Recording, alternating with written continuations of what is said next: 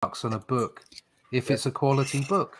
And Yeah. that's why crowdfunding is persisting, Yep. because it's about the quality, and the market should decide if you're rubbish and you put out. But and there's plenty of books out there that go out to crowdfunding and they don't make it.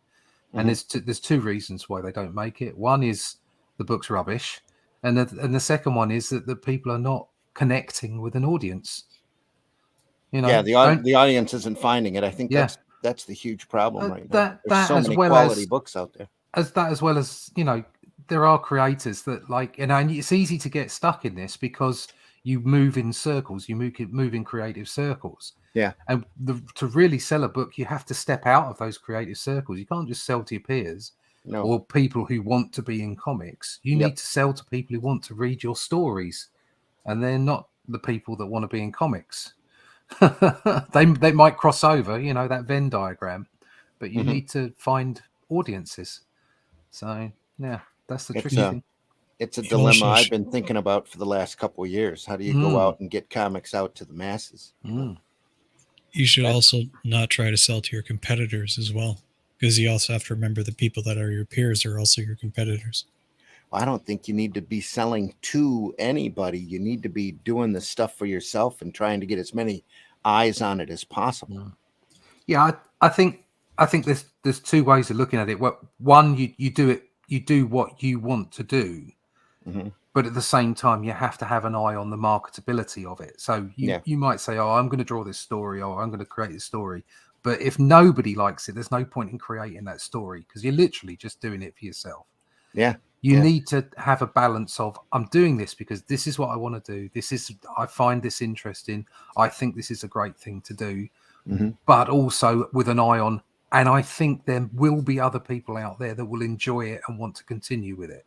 Yeah. And if you get that balance right, um, then you can wander around with just, somewhere between 500 and 1,500 fans, people, if you want to call them fans, people that want to consume your work, and you'll make a living and they'll be happy consuming your work. It doesn't have to be thousands and thousands and thousands of people, Yeah.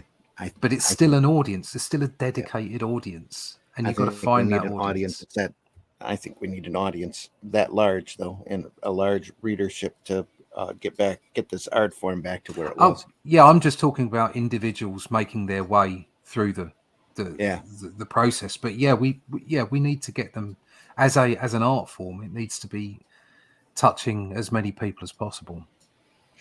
HR's in the house this morning. Hello. Hello, HR. Hope you're doing well. Fine. Every time, HR puff and stuff is in my head every time. Over here, it stands for human resources Yeah, anymore. So, yeah, we are. Haunt of Fear, folks. Haunt of Fear. One of the fantastic. greatest horror comics of all time from the great EC Comics. We're going to take a look at the first 6 issues today. Let's see how far we can get into it. It's the Old Witch, it's the Vault Keeper, and the Crypt Keeper all coming alive here. So Ugh. Spooky. great, great spooky O. Henry style tales. And we'll get right into it as soon as we run our opening here. Let's do this one. I gotta make another opening, I think. Here we go.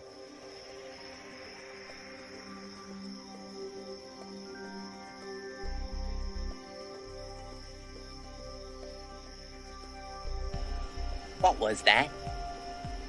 This is not a charade. We need total concentration. Now, once again, this time, with theory.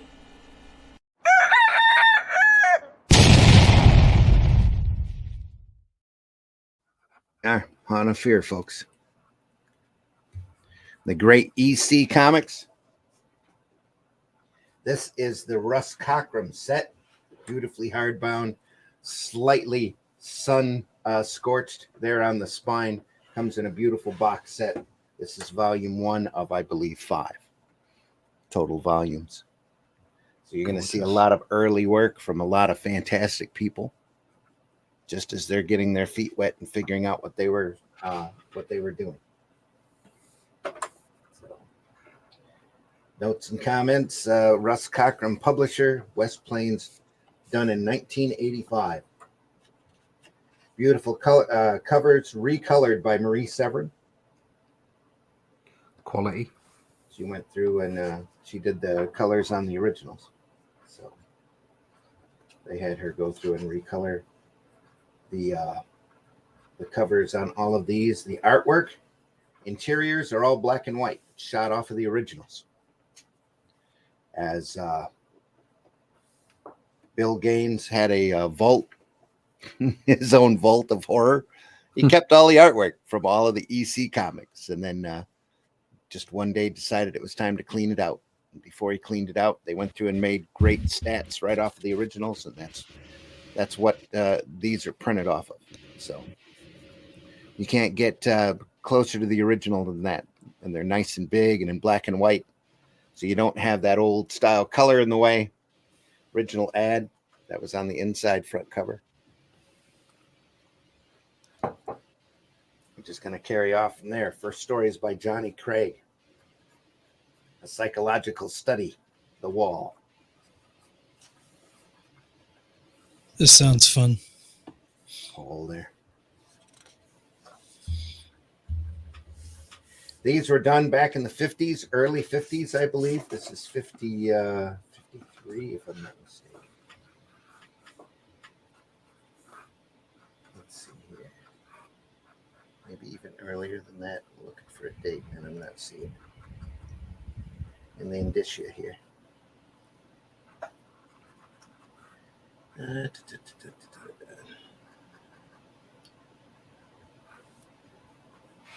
Nope, I'm really not seeing a copyright date there. November, nope, that's not the right date. March 1879, that's the postal rate date.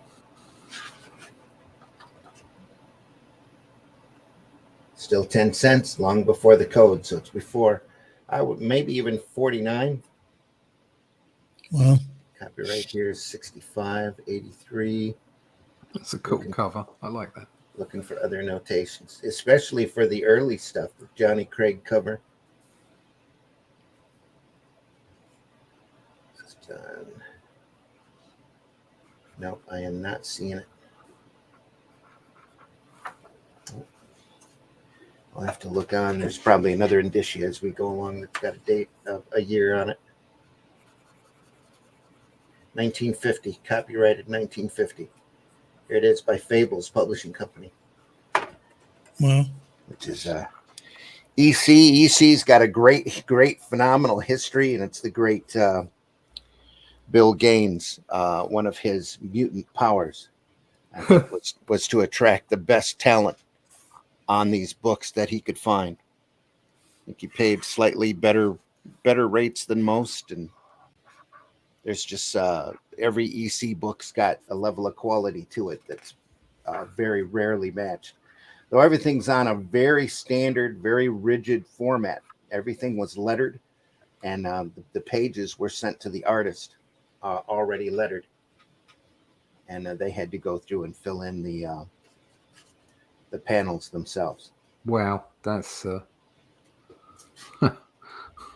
quite a different way of doing things, yes. But they got to read the whole story and know exactly where all of the panel borders were going to be, or the panel balloons. That's why you see everything very crowded to the top. You don't see a lot of stray balloons running through any of these books. So they'd send them completed pages or totally lettered pages with the panel already ruled in with a description and the script, and then they'd send back the completed artwork. That's incredible.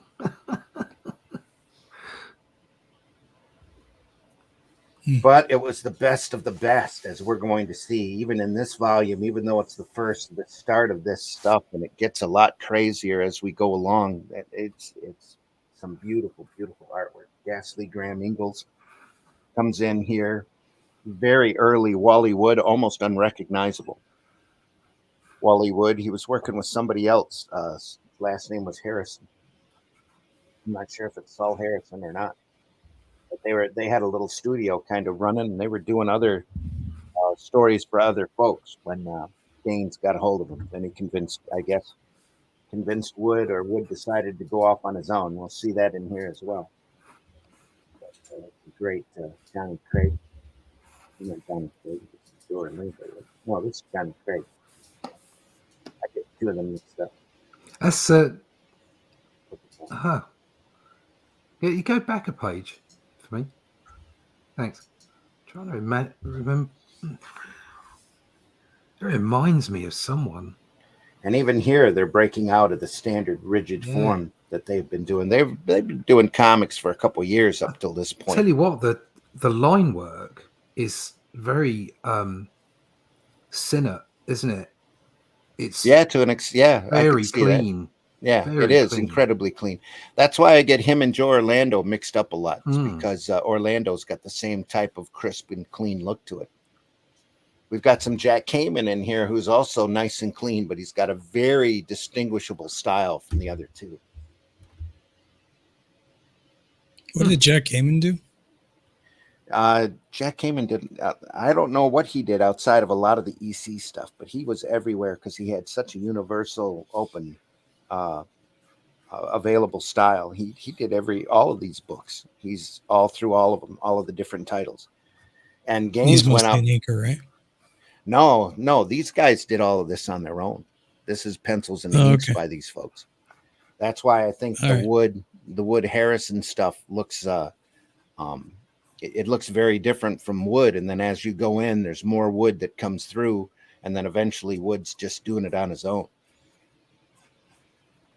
But yeah, they'd get these pages blank with just the lettering on it ruled in. I don't know how they sent that one to him, whether they just said, here's actually 2 panels, no panel border on it. But this is pretty bold for the day. This page is because of its openness at top and bottom. You don't get that very often. Most of them are very, very rigidly drawn. Well, with a little bit of imagination, you could see that he'd put in a top panel or even 2 panels at the top there, and then 3 panels in the middle and a panel at the bottom. And what he's done is he's just whited out any lines. Well, because it's a black background, he might have just blacked it all out. Well, exactly, black in the top there. But if he had 3 panels in the middle that looked similar size, he could white out the bits that he didn't want. Mm-hmm. Or in this case, blacken them in. Yeah. Just go over it. Yeah. Not a lot of the work gets this inventive. This is kind of interesting to see. As you'll see as we go along. Inside the panel borders, it gets crazy and inventive, but most of the time they stick to the rigid panels that they were given. There's one very famous story later on that with Kriegstein that he wrote to Gaines or called him up and said, I'm not doing this as a 6-pager. I'm going to stretch this out a little bit. Which really distressed them because they didn't know everything's all in a set pattern. All the books were set in a like a template formula. Every book has 4 stories. Every story is 7 or 8 pages long. 8 pages. At this point, they're 8 pages. So we finish off Johnny Craig's and move on to this guy. Mitch is in the house. Mitch, how you doing? Morning. Hello. Are you there? Hello. You sound a little distant, but you're there. I like your icon. That's hot. Can you hear How you doing? We can hear you fine. Yeah, I'm doing now great. we can. Okay. Good. Nice to have you aboard, man. Thanks for coming on this early in the morning. Thank you. Well, it's EC, so there we are. So I feel like I had to be on. Okay. Just went through the first story, the Haunt of Fear.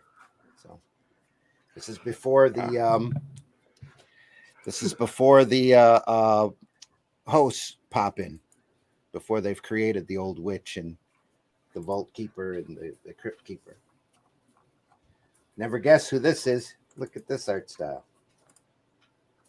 Also nice and crisp. It's not Palmer. That's not the person's name. Look at that house, though. That's crazy. Who's It's all that? line then? work there. Is that also before the artist could sign the pages? No, there's some signatures in here. There were some signatures coming and going. It's just that it's hard on the early books. Sometimes aren't signed.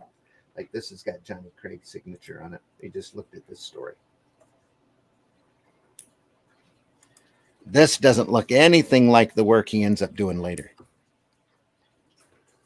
This is the great Harvey Kurtzman. That's a fence is excellent.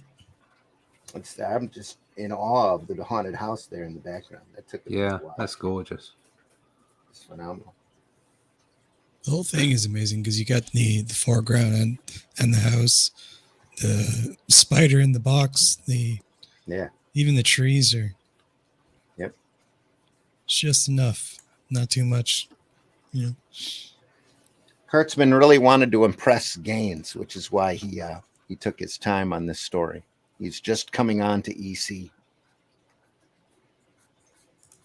So later on, once he gets more relaxed, here's a little bit of his style coming through here. He gets a lot more relaxed as he goes on. He ends up becoming a very major editor for this line, especially for, what is it, Two-Fisted Tales and Frontline Combat. He ends up doing, getting to the point where he's doing his everybody else's layouts. He's sending them roughs. If you remember, if you've ever seen his Hey Look strip, it's very rudimentary cartooning, just basic, almost basic shapes put together that he started sending. When he sent the scripts, he'd send little layouts out to everybody as to how he expected it to look. Folks went from there. Once EC went down, Kurtzman ended up moving out to the West Coast. He was helping Gaines survive with EC. He ended up doing, Mitch had to drop out and came back. I'm putting Mitch up again. Mitch, you all right? You okay, buddy? Speak to us. We're not hearing you if you are. Hello? Hello. Yeah. Yeah, welcome back. Hello? Hello. Can you hear us? Can you hear us? Can you hear us?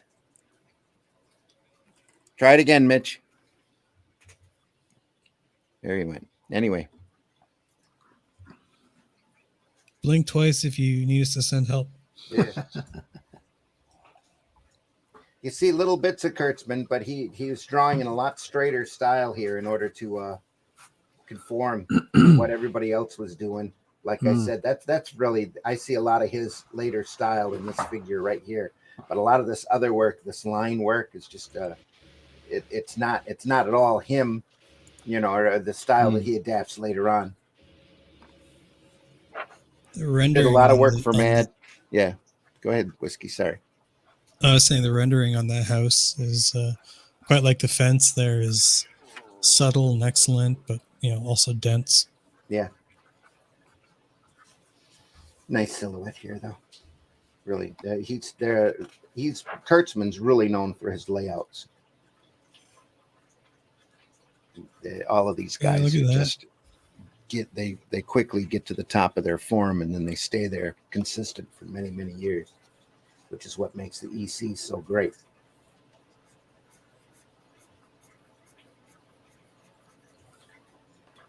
It's a nice panel. And again, unusual positioning here, perspective. Works, though. Looks really good.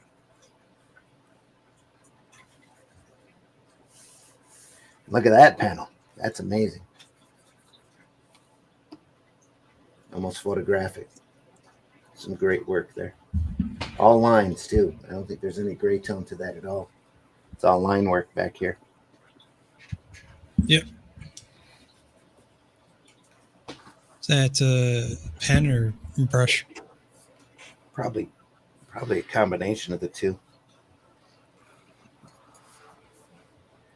From his later work, it looks like he uses a much wider brush too, because he's got his later, more cartoony work has very bold lines to it. I should pull up some of that just to show it to you. It's a very different look to than what you're seeing here now. Let me pull up Bing here real fast and show you some of the stuff that I don't know. Wait, I've got a copy. It's going to be too hard to get a hold of. I got my box set of Two-Fisted Tales here, holding up my monitor. Of course. Of course. Let me pull up some Kurtzman artwork here. This is the guy that the Harvey Awards are named after. Who needs Because he furniture has- when you have boxes? Yeah. Let's see. He goes on to make quite an impact in comics. Here's a. Nope, that's not going to work either. That's got a goofy logo right in the middle of it. You don't want to see that. Watermark or whatever you want to call it. Goofy. Goofy, yeah. Hey, Goofy. Here is a cover of Mad magazine that he did. He edits Mad for a little while. It's just trying to come back in. Let's see. Success. Kapla. That one here.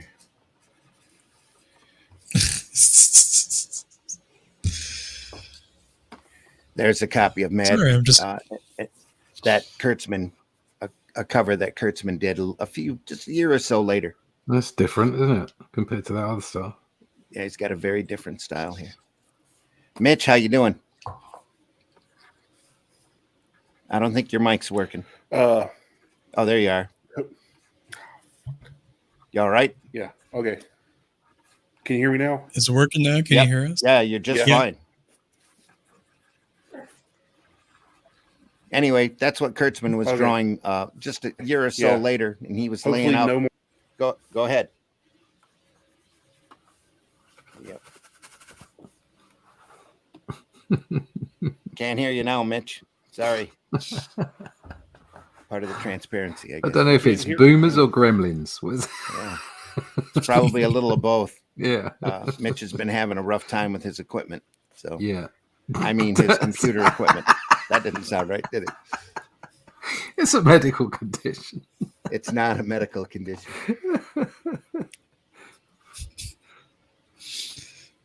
Family-friendly program. Well, we try to be. Though we're 5 a.m, so Yeah, I can Can never you hear me work now? out if we're late or early. barely. How you doing? Test again. Test.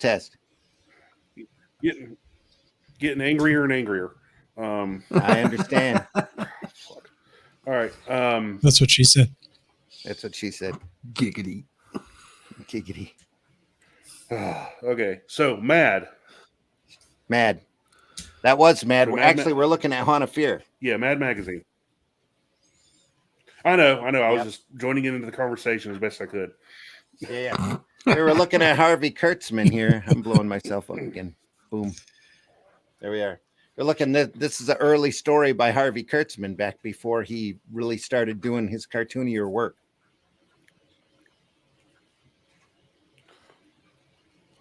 So great stuff. Let's see who's next. A couple of prose. Out of the prose grave. feature there. Every comic back then had to have 2 pages of written prose. Work. Go ahead. Go ahead, Mitch. Are you there? Oh man, Success. success. Anyway, every comic back in those days had to have 2 pages of written feature in order to fit the priorities of the mail system, so that they could Right. ship out. Wow. Still don't get that. That's the way it works. That's how Stan Lee started. He started as a little kid in the offices, and they gave him those 2-page text pieces because they didn't care what was on there as long as it was there, I just so that they could mail out to folks at a cheaper rate. I just don't get that the mail system can dictate what you put in the mail. Well, it's what constituted the difference between a magazine and a like a picture book or whatever, or a regular book or periodical. You had to have a couple text pieces. It doesn't matter how it's explained; it's still bizarre. Oh yeah, it is. The land of the free. Yeah. Unless, of course, you post a magazine, then you must pay more. Yep. This is the early the Mad Magician here. This is an early example of Wally Wood. Oh, really? And wow. someone whose last name is Harrison. You can see it a little bit in the inking. If you look, there's little bits and pieces of it, but a lot of it doesn't look like his stuff at all. No, it doesn't. It just, I love seeing early versions, early work. Yeah. It's like you see John Buscema's early work, and it inspires you because you think it's not that great. And you know that he's immensely talented, and he's been drawing, like proper artistic pieces and all the rest of it, and stuff for advertising and what have you. Mm-hmm. And then you see some of it and you think, oh, that's a bit clunky, but in Buscema's case, he soon got into his stride and became masterful. But yeah, it's lovely seeing people that you admire so greatly and seeing that they had their own journeys. They didn't just turn up ready formed. Yeah. Unless, of course, they're Jack Kirby. Well, even there's a lot of Kirby that's a little rustic. So early Kirby.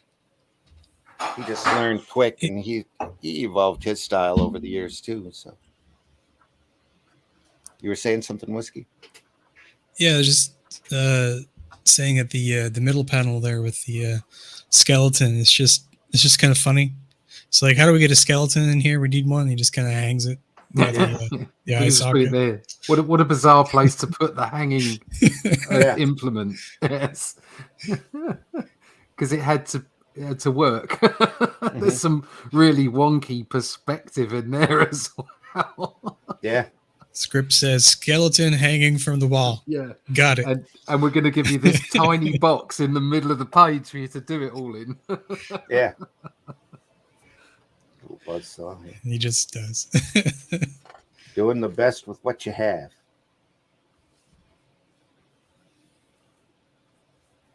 Again, you see little glimpses of future Wood coming through. Faces sometimes pop in, and the positioning, sometimes a little bit of the inking here and there. Mad Magician, poisoning the drink.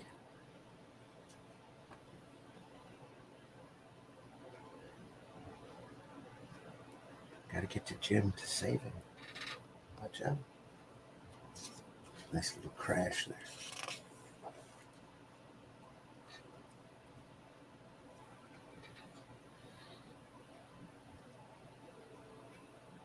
Again, those two panels look a little bit more like Wood. Wood's work.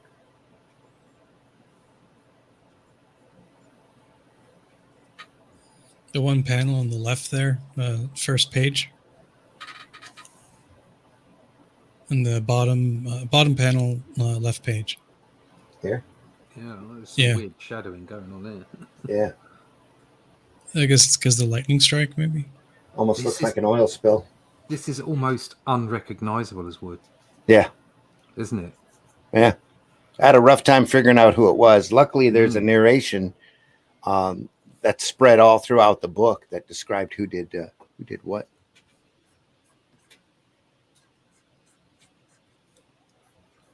Everybody's going to start somewhere, I guess. Mort Meskin looks like Kirby and Ditko hybrid. Yeah, sometimes.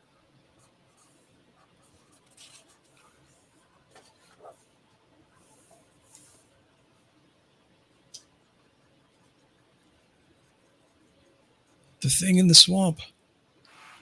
Thing in the Swamp by Feldstein. Get on my swamp.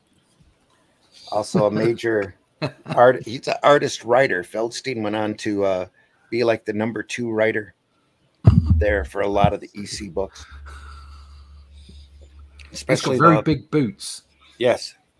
This guy. Go to my swamp. I guess you'd have to have big boots if you're in a swamp. Yeah. This is my swamp. Little skull on the pole. Thing in the swamp. You there, kids, out of my swamp. A lot of deceiving detail here with the just black stripes almost for the moss. Yeah. Hanging. Again, very tight inks. Yeah. That's why I love these books, that you get to see the inks without having any of the color in the way, especially the old style coloring system with a lot of dots. Floating head. Anyway, Look at that face. which one here? The gentleman with the beard, yeah. See a little bit of almost Bill Elder mad coming through on me. He definitely looks mad. Yeah, He's got a funny nose. he does.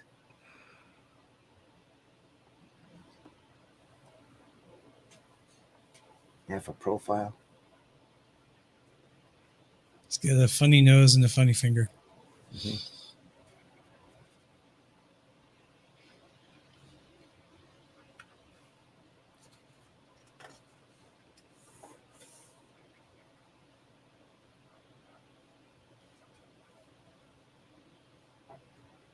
It's always mad scientists in the swamp, and their formula ends up getting in with the swamp water, mixing up into a monster. Well, now we know where they got the idea from. It's a Swamp Thing and Man Thing. Well, I'm sure there were movies before that had something like that happen to it too. The Heap, the Man Thing, Swamp Thing were all like that. Probably stories as well back in the, All those folk tales of the thing that crawls out of the swamp. Really, they're just old hermits that never took a Like bath. lizard people. Yeah, lizard people.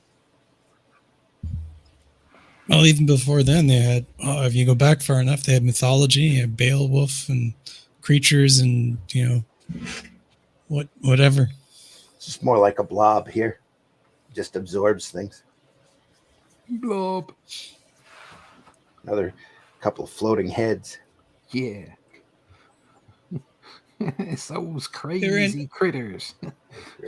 I got a question for everybody in the panels here. Are you familiar with the gelatinous cube? I know of. I don't know it Gelatinous personally, cube. no. But What, go the ahead. one from Dungeons and Dragons. Oh no, in that case I don't know what you're talking about. No. I was just wondering if it predated Dungeons and Dragons. Oh yeah, this did absolutely. Probably. Well, I meant gelatinous the cube. yeah. This is Until about you- the time of Steve McQueen's Blob movie, I would think. Yeah, until you mentioned the gelatinous cube, I had never heard of it. It's actually kind of funny, but if you look it up, it's visually interesting. I would imagine if you're walking through a dungeon and suddenly you see a large block of Jello, Yep. it would take you back a little bit. It'd be like the Yeah, then it's also... Go ahead. be like the meat cube from the Unreal Engine demo back in 2006 when they did the first Gears. I think it was Unreal Engine 4 or something. And they were pushing around a cube of meat. I'm not sure I know what you're talking about there. I was there. You were there. I went to, is it North Carolina? Yeah. To check out a video game thing. Gears of Gears? War 1. Gears of War 1. Oh, okay. Now I know what you're talking about. Gears of War 1, I won a competition. I drew a new character for Gears of War.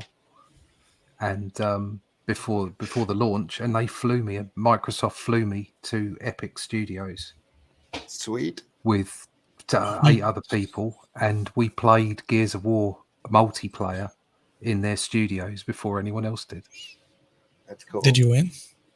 Yeah, it was great. was absolutely brilliant. It was really good fun. And they took us out for dinner and everything. Yeah, it was really good. No, but did you win the game?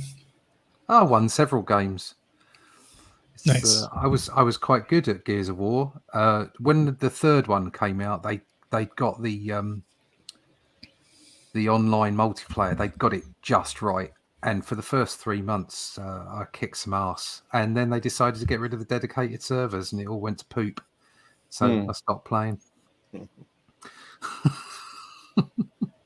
It's the lag, man. Lag.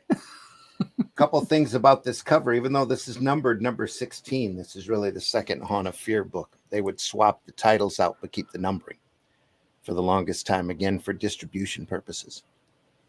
I'm not sure which title this came from, but with a little research, I'm sure we could find out. Suspense stories was a big thing going on. It's just your run-of-the-mill vampire. It says, "Great Scott, we're too late. The vampire has gone, left his coffin. Now we must wait till tomorrow to drive this stake through his heart. Don't look behind you." But by then he'll have claimed another victim, not realizing he was still in the room.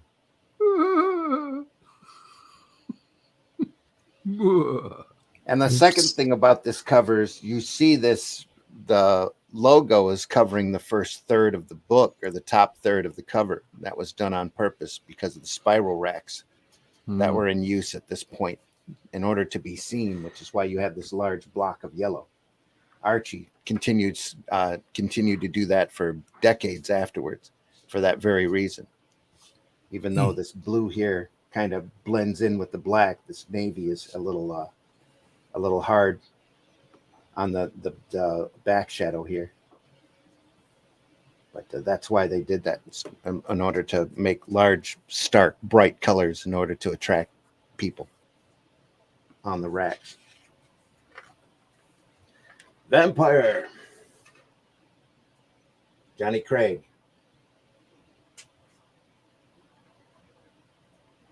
Full page splash.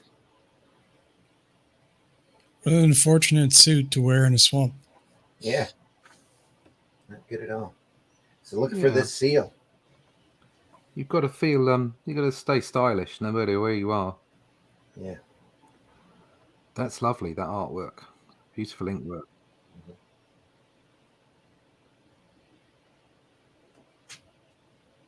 Nice combination. The tree took his hat. Yeah. There's a back shadow here. Just those falling damn off. trees. That's mine. Just takes. He lost his bag too, so obviously he's a doctor because it's got MD on the bag. I was thinking it was just a handbag. Yeah. Purse. Great. A handbag. You ever seen Field of Dreams, Chris? Yeah, build it and they will come. Yeah. Yeah, that whole doctor thing where he, saves the kid's life. Pulls out the bag. Yeah, it was a long time ago. I don't think I can remember the story. Yeah. Been a long time since I've seen it. I can remember the baseball and the fact that there were people that didn't exist, and I wasn't sure whether it was magic or whether he was imagining the whole thing. But yeah, it's a long time ago. That was like 90s, early 90s, was it? You only saw it once? I think so. I only saw it once. Yes. Late 80s. Yeah. No, I think it was 90s because I'm pretty sure I saw it with my wife. But anyway, my parents had a bunch of those old 90s films on VHS. So my parents had a bunch of those old 90s movies. Just to make me feel really old. Yeah. We don't have to go there. Yep. This is dated July, August 1950. They have this little seal here. Conform to the comics code. This is an early comics code here that they stuck to for a little while as a little seal on the cover. Different from the CCA and a lot less restrictive. There's always someone trying to stop you having fun and make Well, money out of it, isn't there? Yeah, even at that point, they were Yeah. being lauded for juvenile delinquency. So they had this board of directors listed here, and uh, trying to appease the parents with a little seal of a quality code. And at this point, EC is doing the Crypt of Terror, which became Tales from the Crypt, the Haunt of Fear, the Vault of Horror, Weird Science, Weird Fantasy, and Modern Love. This is before they really started branching out. They stopped Modern Love pretty quickly after this. And Two-Fisted Tales, Frontline Combat. There's all sorts of other titles that have come out. What does it say under the seal means quality?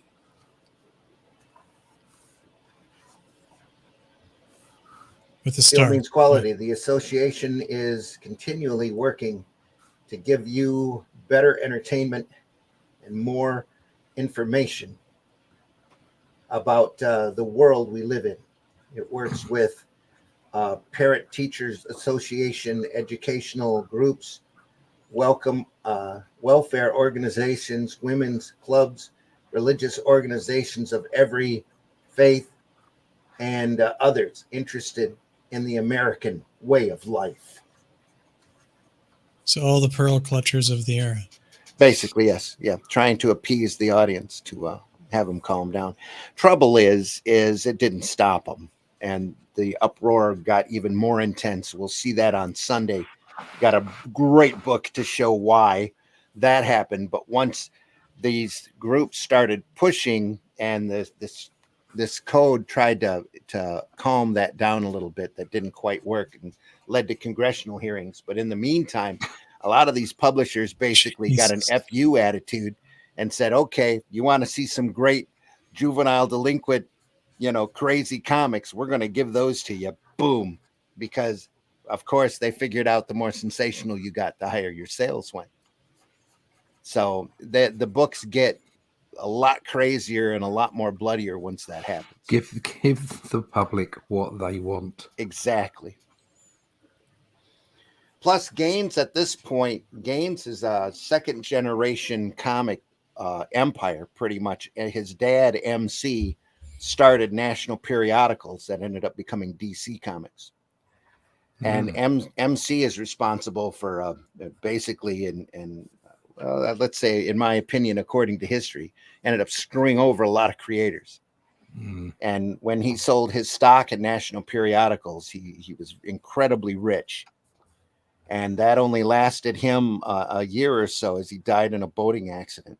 And at the same time, once he left national periodicals, he started Educational Comics, which is this EC, and that led to the big publication he did was Picture Stories from the Bible. And I think there's a story there. There's a direct connection between that and Charles Moulton, who came in and dropped Wonder Woman. Marston actually dropped Wonder Woman in his lap, and he was one of the people that approved Wonder Woman. Right. And I think he got out because he kind of realized what Wonder Woman was really all about. He decided to get out of comics in general before the heat really blew up. And like I said, he ends up dying in a boating accident as he's doing Educational Comics. His son Bill ends up inheriting not just his fortune, but also his comic company. Yeah. So he takes the EC up here from Educational Comics and starts doing Entertaining Comics, which are, as we all know, far better. There's a classic letter that is mentioned in the comics, Les Daniels' book, where he responds to a woman who's complaining about these evil comic books, and he's like going, "I don't know what you're talking about, man. We're EC, we're Educational Comics, so we do Picture Stories from the Bible." Or at the time, he was starting to kick out all of these horror lines and all sorts of crazy stuff. Vampire. Yeah. I think the appropriate response is, if you don't like it, don't buy my books. Yeah. Well, that works out real well for Marvel. Kelly, good old Kelly Sue. Anyway. More Johnny Craig, more floating heads. Yay, floating heads. Yay, floating heads. Didn't have a single out. No. Yeah, they were a one-hit wonder back in the late 50s, Floating Wow. Heads. Taken over by Talking Heads. pretty much. More floating heads. Oh, This is we're still looking at Johnny Craig talking about a vampire. Yeah, lovely hair. yeah. Yep. Now Betty Page is the absolute rage at this point. Right. So you get a lot of the styles of that, you know, So every girl looks like her. with the bangs. Yeah, every beautiful girl looks like her. You know, I was There's just thinking on the previous page there, we saw a hat, right? A what? We saw it was a fedora or a hat Yeah. from like I think like a bird's eye or like the top of the guy's head. Yeah. We probably don't see as many good drawings of hats as we used to. No. Hats are tricky. Yeah, they are. Yeah, hats are tricky. But And they normally you'll would have see them been on a flat plane like this Mm. here. Yeah, they're much easier to draw than perspective wise. Oh yeah, sideways they're not as difficult, but yeah. Over the top, yeah. Because it's weird because you can go and get a photographic reference for a hat and go, oh right, yeah, I can see that, and then you draw it and it doesn't look right. Yeah, It's really weird. It's bizarre. And these gentlemen would have had an advantage because everybody would be wearing fedoras. Exactly. yeah, they're still those hats are the rage back That's then. some impressive undershadow from her chest. Yeah. Just, the lighting doesn't occur anywhere else, just there. Like it should. All in the world is good. Mitch, how you doing? Give us a sound check. Well, great. Now I can't hear you. Hang on. Sing hey la, Mitch is back. Ayla.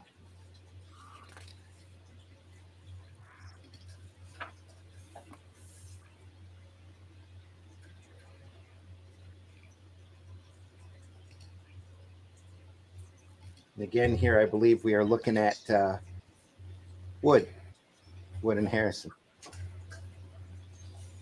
To Johnny Craig. Of course, she turns out to be the vampire here at the end of this story. That's wood on the right there. It looks more wood now. Yep. It's a quick evolution. Here, let me blow that back up. Mitch, we still can't hear you. You're welcome. You can't hear me? Okay, now. Oh, we can hear you now. Are you good? Can you hear us? Yeah, I had to change computers. Unfortunately, this one doesn't work with my video camera, so That's fine. you still can't see me. No. But we've never seen whiskey either, so it's all good. We can hear your dulcet tones. It's all that matters. Oh, good, awesome. Yeah, there you are. You're good to go. Five by five, as they say. Yeah. Looking at horror ahead. I love their punny titles. Yeah. Shrunken head on a stick. Yeah, that bottom right hand panel on the left page. There. You can see wood starting to come through there. Yep. Here too, in the eyes. Little spots here and there. He's starting to come through right there. Yeah. Also. Yep. A lot more hats. Sign of the times. You can never have enough hats. Yeah. Well, this is a time period where when you went out, you put on a hat. Yeah. Well, yeah, people were smart, weren't they? Turned up your collar. Yeah. That's a great name for a book, actually. If you did like a film noir, detective style book, and just call it Hats. Hats. Well, Like suits. all depending upon the effect that you want to get. If you want to be pulpy, it would be like Hats of Death Hats of death. or Murder Hats or whatever, something like that. People Here we used go to be again. smart, didn't they? Everybody used to be smart. People miss used to go those whenever days. they went out, they'd put a hat and a jacket on and a tie. True. By smart, you Exactly. mean like By Warmer. smart, I mean smart. Yeah, like dressed well, well presented. Materials were a little bit different back then too. They hadn't quite Mm. come up with the cotton poly mixture yet, so But just it was all it's wool or cotton at this point. I think it makes. I've mentioned this before. I think it makes for more interesting world to illustrate as well. Yeah. HR says great information. Yeah, that's what we're here for. HR, thanks for watching us. We love doing this. The big thing in the outside narration when they talk about this story is how clunky the composition is, and that this is not. This is really substandard for the work that Wood does later, as far as composition and page layout goes.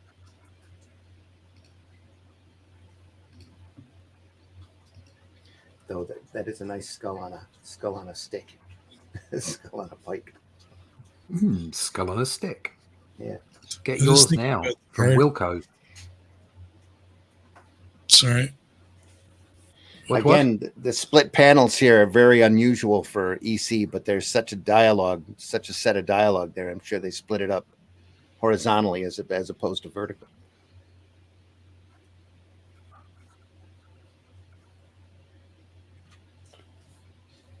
Yeah. Can you hear me? Yes. Yeah. Okay, good. Go ahead. Okay. Back then, I don't know if you've touched base on this, but yeah, back then the artist would just get a blank sheet of a blank artboard with just the dialogue written on it, and they'd have Yeah. you'd have to figure out and present the artwork the way that they thought was best. Yeah, they'd get a full script with it as well. But the artwork came with that, yeah. Or the empty page. Lettered empty page came with it. It's a little bit of wood here. Giggity. Very odd shadowing here. And If you want puerile adolescent humor, come to Comics by Night. there we are. Hey, it's 5 a.m. where we are, so that's our excuse. Now, here's some great ghastly Graham Ingels. Oh yeah, This man could ink his way out of anything. Oh, look at Just that. phenomenal, horrific work. yeah. He was Bernie Wrightson's biggest inspiration. Oh yeah, a natural fit for the horror comics. Lovely profile down the bottom though. The geezer. Yeah, Yeah. that's great. Those candles are just very interesting. I just love the skull is just crazy. This is why you want to see this book in black and white. Just incredible brushwork here. Beautiful. Beautiful control. Absolutely fun and atmospheric. Yeah. Here. Yeah, that window there is just, it's great. Yeah, Ingels would always put little touches like that in there. Yeah.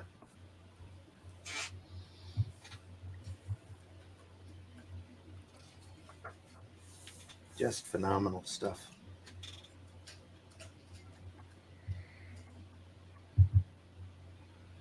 This is the inspiration for a lot of these guys. Goes right back to him. I think Ingels had a huge impact, even though was never happy with the work he ended up doing. He ended up going out and teaching art, I believe, in Florida, and he would never admit that he was the same Graham Ingels that did all those funny books. Well, yeah, because it caused a huge stir in the industry. Yeah, well, his imagery is just crazy on this hand. I mean, even at this point, he's incredible. It just imagine what happens 2-3 years later when they're just kicking this stuff out.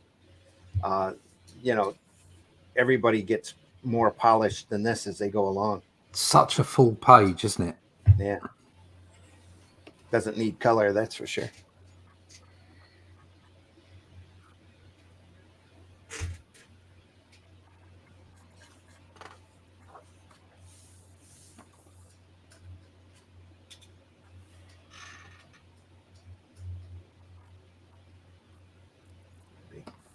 face of horror there.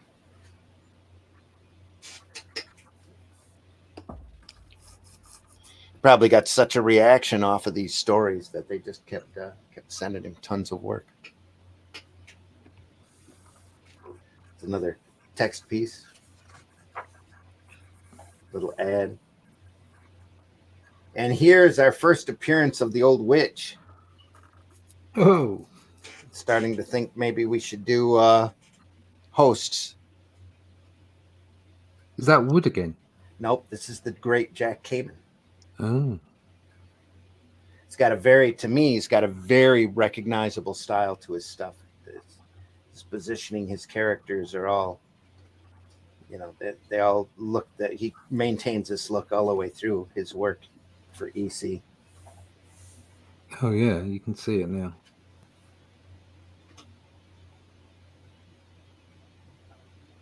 He ended up doing a lot of work for shock suspense stories, the more urban material. The more like noirish type stories. Human interaction, detective stories, true crime stuff, that kind of work. That's really what he was made for. You don't see a whole lot of period pieces from him. Costuming and that, most everything is very modern.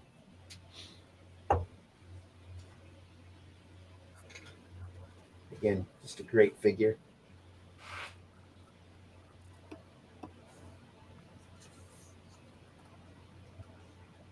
Girl loves her mummy.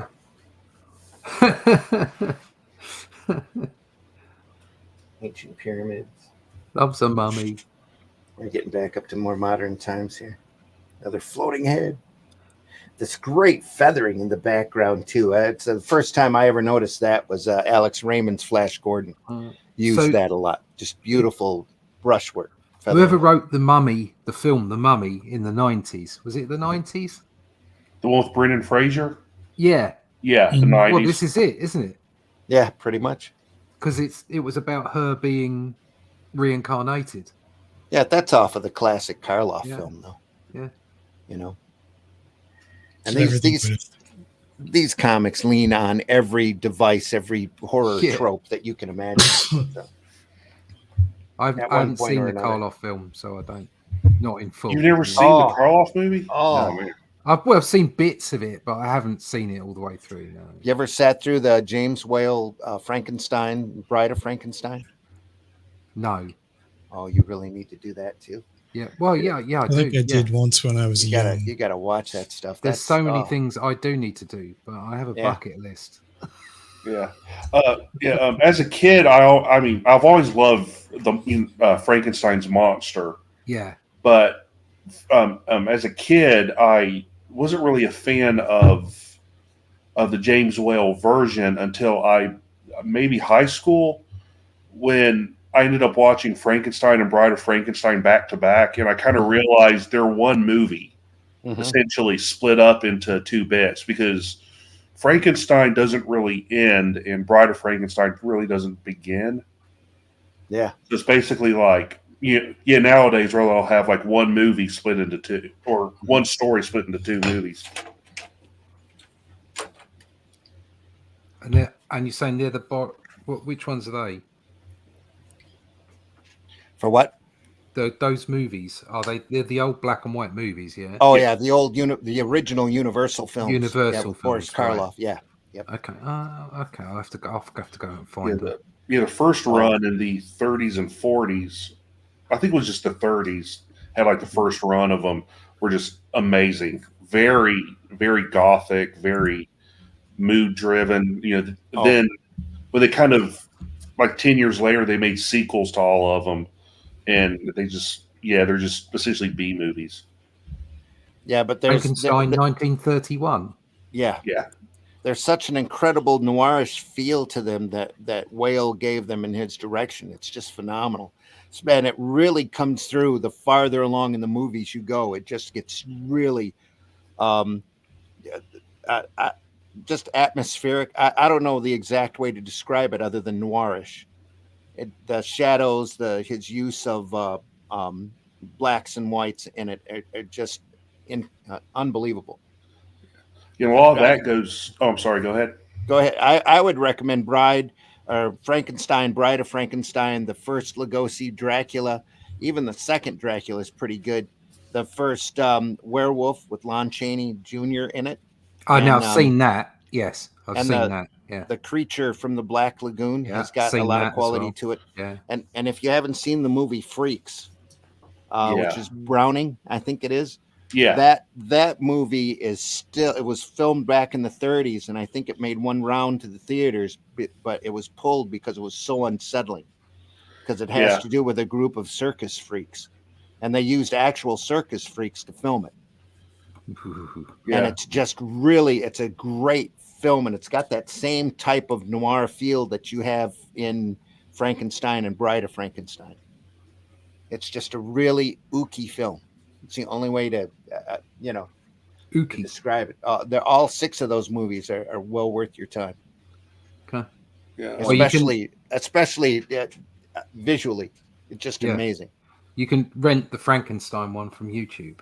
Yeah, all of them are probably available. It's been Yeah. they've been out for so long. It wouldn't surprise me if Yeah. they're almost in public domain already. So Well, No, well, no, the you've gotta Mummy's on rent it. Tubi. the what? The Mummy's on Tubi, I believe. Yeah, if you Great. hunt around, you'll see, especially this time of year, Turner Classic Movies will run all of those old Yeah, classic. I don't know. I horror can get that movies. in the UK. Oh yeah, okay. And you mentioned James Whale's love of like dark shadows and stuff, and Yeah. Frankenstein and Bride of Frankenstein. Well, both those movies, the visuals were heavily influenced by the German horror movie movement, like Nosferatu, Yeah. Cabinet of Dr. Caligari, Metropolis. Yeah. All great stuff. Especially when you working visually like we do. That stuff's just amazing to look at. More Cayman here. Of course, the Mummy Returns. It's a classic pose there. You'll see a lot of that. Yeah, very much so. This is classic. YMCA. There's a lot of good lords in these comics. Good lord, great Scots. Good Lord, it's the village people dressed as mummies. Exactly. I need a band-aid. Yeah, pretty much.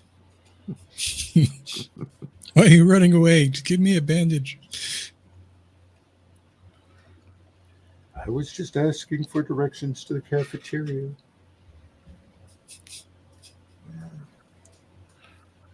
Hey, don't go in that room. Stop. What are you doing? Spider there just for a touch. It's got an open Not space. hard- Here's a spider. Not 100% positive, but I remember reading some R.L. Stein books or something like that. And that came when I was, I think, in high school, or that just like ended in a very similar fashion, where like it'd be a zombie or something, and I was just asking for directions. Yeah.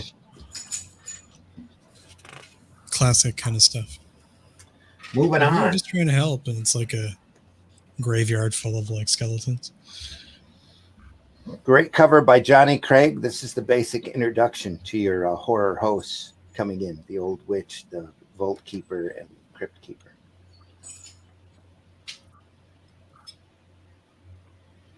Here are tales that will usher you into the haunt of fear. Great cover. I had never, I don't ever remember seeing this cover before, but they, in the narration box that I was reading, they said that they had to have Johnny Craig recreate this cover because it was one of the few pieces that didn't survive. Look at the smile on that guy on the right there. The Crypt Keeper. Yeah, the Crypt of Terror. Yeah. It's what the book started out being called, is the Crypt of Terror, and it changed to Tales from the Crypt. He changed a bit as well. Yeah, they have all evolved quite a bit. Yeah, the It, Crypt Keeper. Oh, I'm sorry. Go ahead. no, you go. Go ahead. Yeah, like as like each artist, because each book had like a headline artist. You had Jack Davis on Tales from the Crypt, Johnny Craig on Vault, and Graham Ingels was obviously the Haunt of Fear. And like as each artist kind of got free reign over each character, they kind of evolved in their own Yeah. own, own way because they kind of looked the same in their original appearance. Like in the first few issues of all the books, the only way that you tell the Crypt Keeper and Vault Keeper apart is the Vault Keeper had a hood. Yep. Right. Well, they were all related anyway. Same family. Another seal ad. He definitely great lost Johnny some Craig. weight.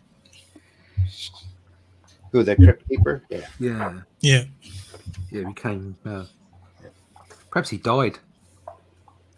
Perhaps he died. Yeah. They died in time for the, they resurrected him in time for the HBO series. Yeah, that's how my generation was introduced to EC was That was Tales from HBO the series. Crypt. Yeah. And a lot of those HBO episodes were all taken from the comics. Almost all of them except one. I think the final episode was not based on a comic story. Yeah, From the Grave Up. Johnny Craig. Great shot there. Yeah. Wonderfully done. Yeah.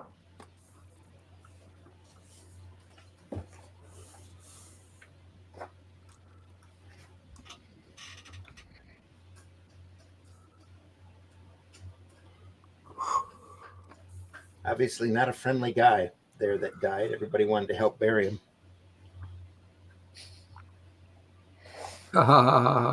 Help! Let me out. Oops. That's pretty horrendous. What a way to go.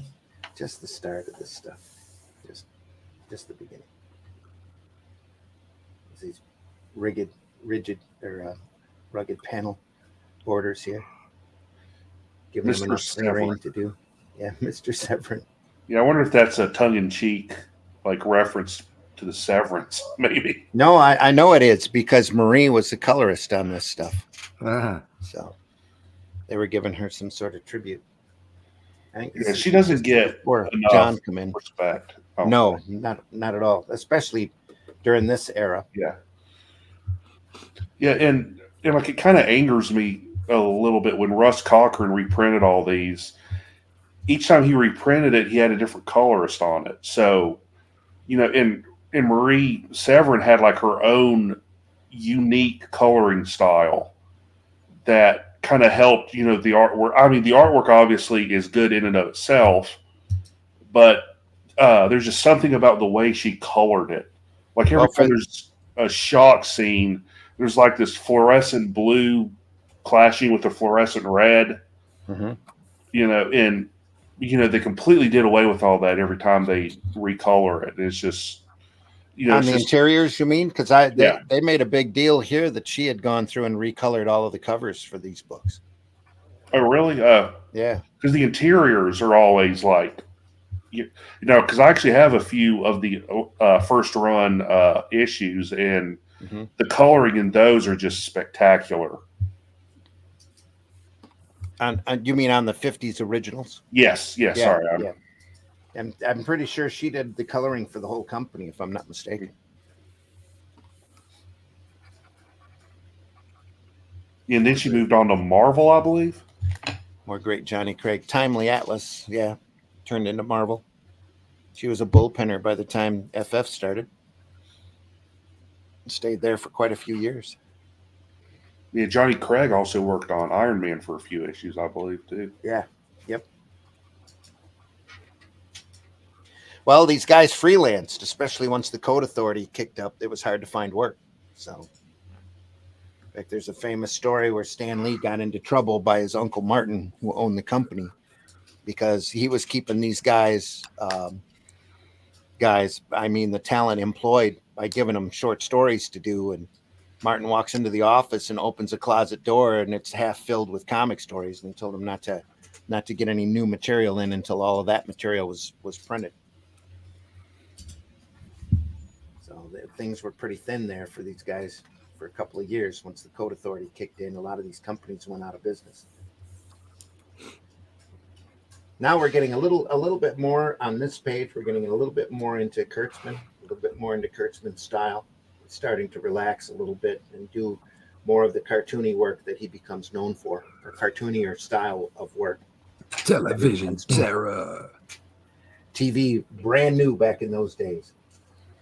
Scientific invention of horror. Yeah. What it's going to do tonight. Click. So when you had to turn the set on and wait 15 minutes for it to warm up. Look at the somewhat floating cat on the fence there. Mm-hmm. You could hear the tubes warming up, whistling. Yeah. The hum. Yep. Yeah, the big thunk. I like vacuum tubes. Yes, back when TVs were basically just a piece of furniture with a really tiny screen on it. Oh, yeah. Yep. There's something in it's just something magical about a amplifier that uses tubes. Just sounds warm. Mm-hmm. But it is warm. Yeah, they get hot too. Yeah. These little curved panels to represent the TV screen. This is probably the first time that was done. Kurtzman coming in and just kicking it out. See a lot more, like I said, of his style starting to come through. It's a little bit more relaxed, a little bit more cartoony.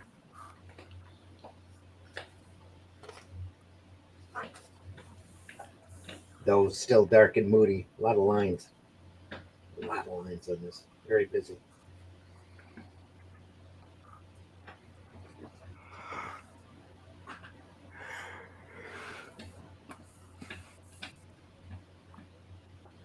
I mean, the shadows on the left-hand page. Yeah. I mean, I'm sorry, right. I meant right. I confused myself. Right here. Well, even on the left. Look at those. Those are crazy. Crazy good, I mean.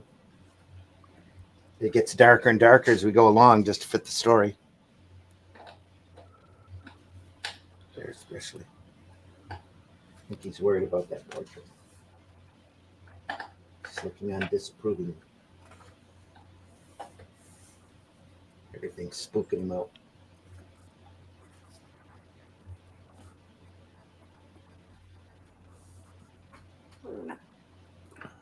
Kind of reminds me there's this house in Niagara Falls, like haunted house, and you go in and there's supposed to be these actors and they jump out of the dark or whatever, right? Mm-hmm. Except for when we went, it was like height of whatever COVID thing, so a lot of the actors and stuff were all at home, so they just kind of there was nobody there, so we just wandered, the dark house. Yeah. That whole time was eerie. Here he loses it at the end. Hee. I know who you are. Hee. You're Mr. Creedmoor and Mrs. Creedmoor and your lover. Hee. You want me to climb up there? Sure. Hee. Oh, I don't care. Hee. Put this around my neck. Hee. Why not? That is so much more disturbing than actually showing him hang himself. Oh, yeah. You're at the height here of Hitchcock in the movies, too, Show, don't tell kind of thing. Yeah. So is it the same guy with the headphones that hangs himself? Yeah. Yeah, he's been pulled into the closet. He just puts this around my neck. Sure.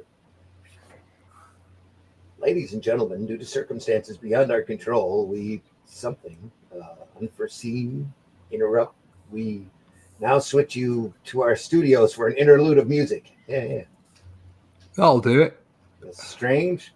Well, that was the program just as it was originally televised. Can you explain what happened? We can't. Wow. Yeah.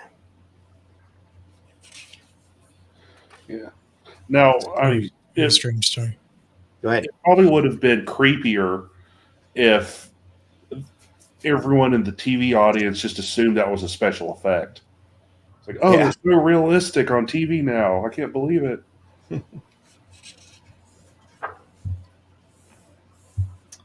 More Graham Ingels here. Scientific suspense story. Monster Maker. Oh, that's a face. Only a mother could love. Yeah.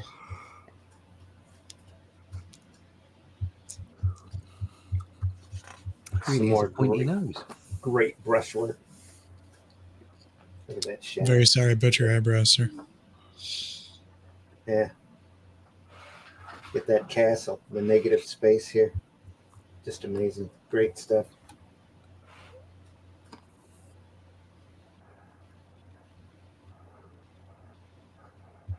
A lot of these characters are very unfortunate looking. I think Yeah. the gentleman in the left panel there on the panel 4 on the left page. Okay. Yeah. Looks a little surprised, a little worried. Some great stuff, though. A I little love that. malnourished. Love that shadow on this. It looks, to me, it works real well. I don't know if he did it intentionally or if it's just the way it turned out, but every character that Graham Ingels drew just looked malformed and twisted. Yeah. I think that was just naturally part of his style. It's definitely the point. There's something to the shape of the face and the characters that help with the story. Yeah.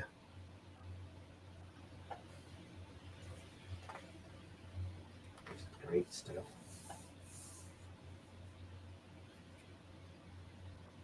Mad scientist.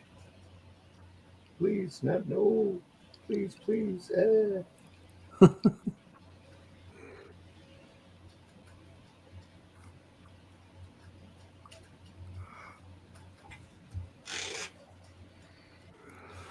Yeah, those horror hosts come on to bring a little lighthearted, irreverence to the stories. They always kick off and end with a bad pun. Usually always. Chris in the house. Niagara Falls. Slowly I turned, inch by inch, step by step.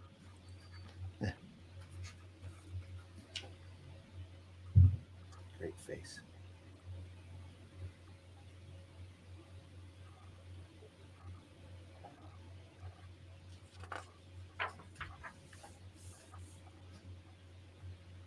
Happy Frankie there. Now that looks like an early Bernie Wrightson panel right there. Yeah. The sixth one, yeah. Yeah, doesn't it? Yeah. This beautiful Floppy brushwork eyes thing. and everything. Yeah. Well, Bernie would have been reading these when he was a kid. So. Yeah. Well, Graham Ingels, he said all the time was his favorite artist, so it kind of makes sense. Yeah. Yep.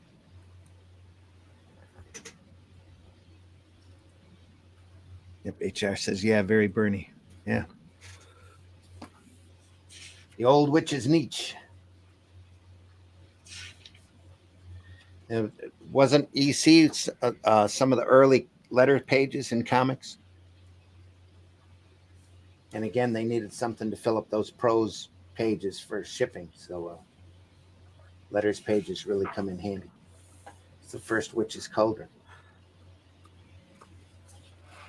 Horror Beneath the Streets, Feldstein. Oh, is that one where they have Feldstein and Gaines as actual characters? I think so, yeah, because that looks like Gaines. Hmm. Yeah, he says Al. Calls this guy Al, so that's Feldstein there.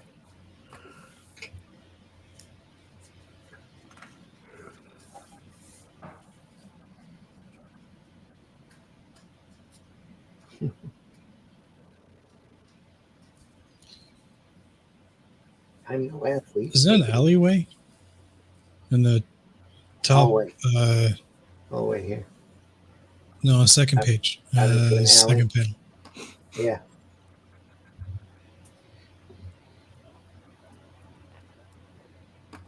Good Lord. Trapped. It's a dead end. Good Lord. Great Scott. Gulp.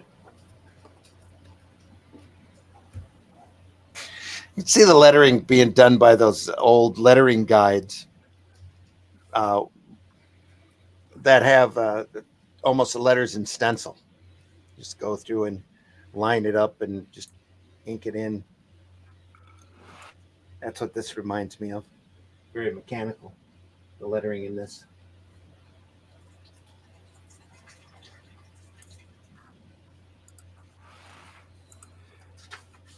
The only place we can go, the only direction we can go is down. Look, luckily there's a ladder right there next to the manhole.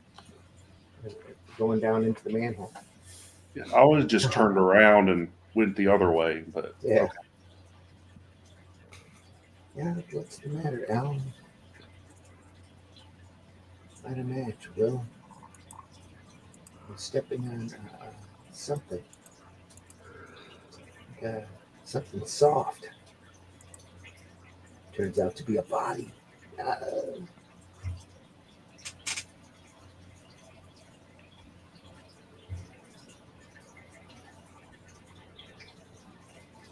There, Will gets pulled through the wall. Bill, where are you? Great way to end the page. Oops. Right through the wall. Yep. What a way to go.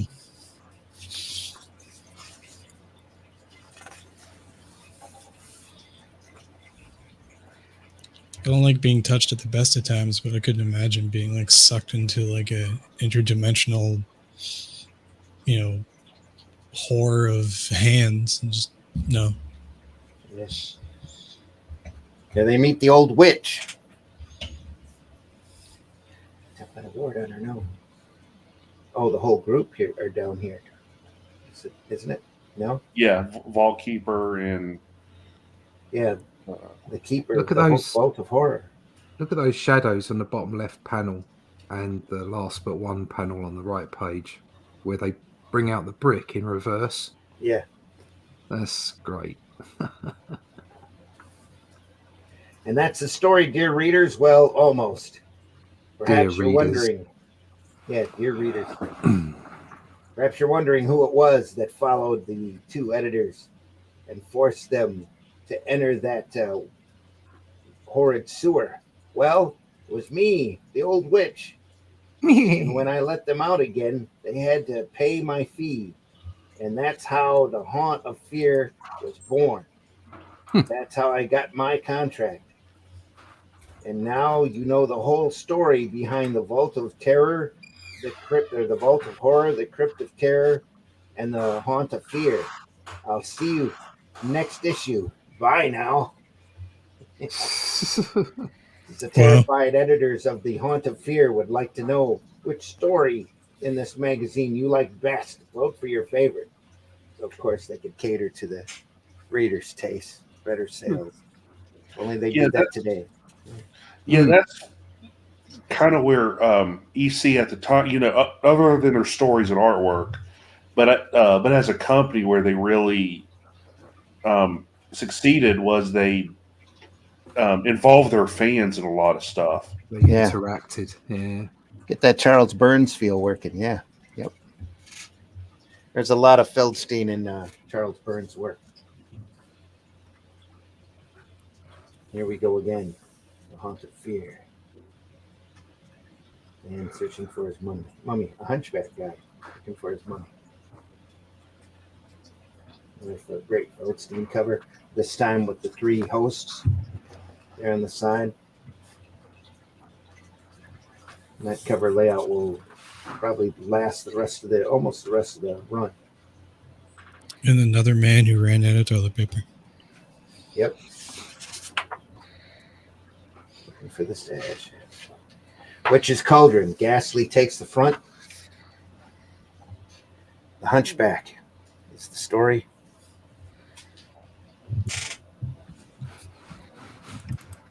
More great work. Look at that skull candle in it. Phenomenal stuff.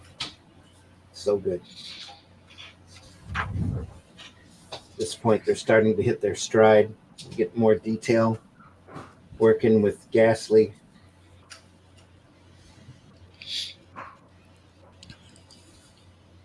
I think he actually signs it too, doesn't he? No? Nope, I don't see him doing it, but doesn't really have to sign it. This stuff's so recognizable. Look at the lip fairy on that gentleman with the, I think it's a derby hat on the first page, bottom right panel. Yeah. This is lovely. Just some unbelievable stuff. There's some very natural, not every panel, but a couple of panels just look really natural. Yeah, that's his faces that look almost realistic here. Yeah, I mean that one on the left is a bit John Buscema, isn't it? Which one? You could see that. No, far left. That one there. I could see that in a Conan strip. Yeah, easy. Yeah. Again, excellent hats all around. Yep. Great graveyard working there.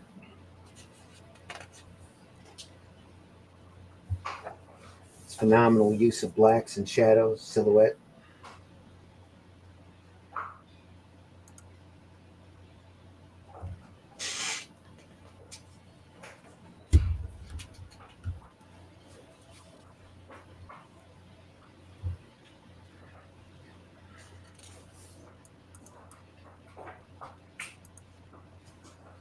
Great inking here, just on a tilt to make things exciting and to push your eye. More attention to composition here.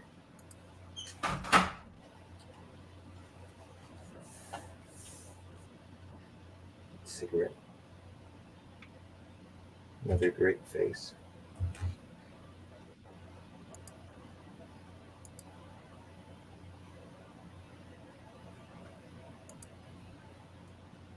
Yes, it was there. A little monster in a fit of rage had climbed a trifle higher on Peter Golgo's back and bitten him to death. Silly little ghoul.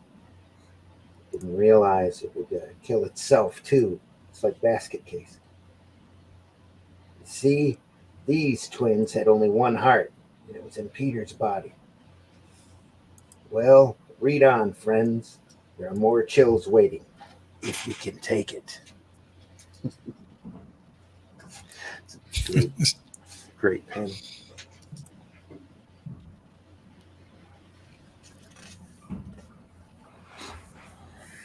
Bolt of Horror, The Tunnel of Terror, Jack Kamen.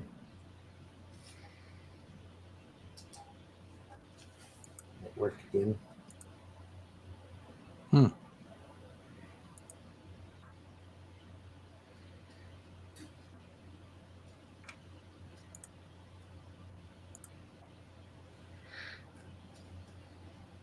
Great shading here. Pointing out the obvious. This candle in between. It's melted wax. Melted off the page. Down through the gutter. Nice touch.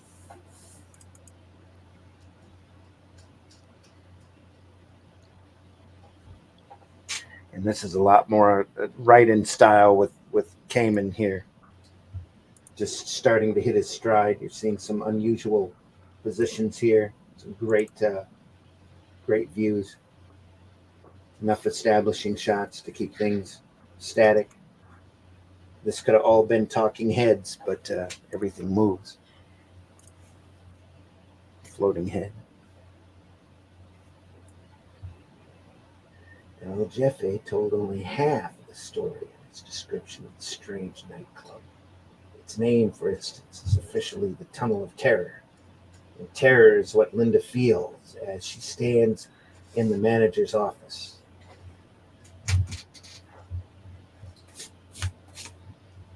Also, at this point, you have a lot of radio programs raging, so you have a vault or a crypt keeper on Inner Sanctum that's doing this kind of material too, the puns and narration. Just a great shot here, especially her face. I like that a lot.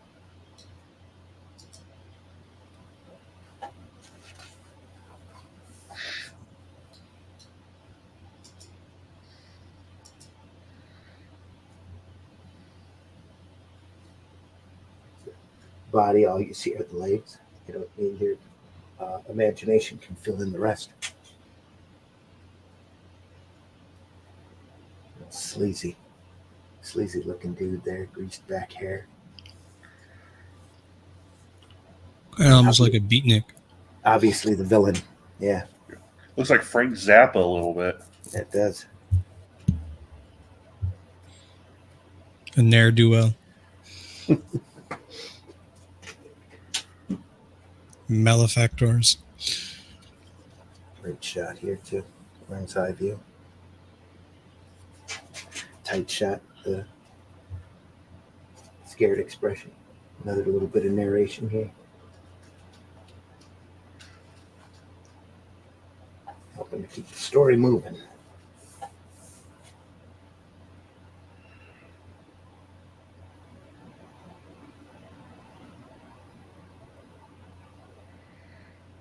That one page on the left is great. Some great shots there. Just very well done. Yeah. Another tight shot. Get the expression. Horror looking. Working. A tale of brotherly affections, wasn't it? Sort of a family plot. Just one thing to remember. To this day, no one has apprehended the monster who stalks the tunnel of terror. So if you're planning a vacation, well, I'll be seeing you in my own magazine, The Vault of Horror. Yeah. Great shot there, too. Well, that'd be an unfortunate way to go, getting eaten alive in a dank cave. Yeah. Oh.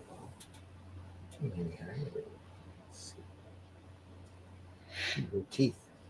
They cut my hand. You left a mark like a wild. No, it can't be. My own brother. You're the maniac who has murdered the others. You're the monsters. He craves human flesh. Does he like just eats them, or does he like cook them first, put them in a stew, or I think he just chews on them. just chews on them? It's a horrible nightmare, Paul. Doesn't sound appetizing at all. It must have been to him.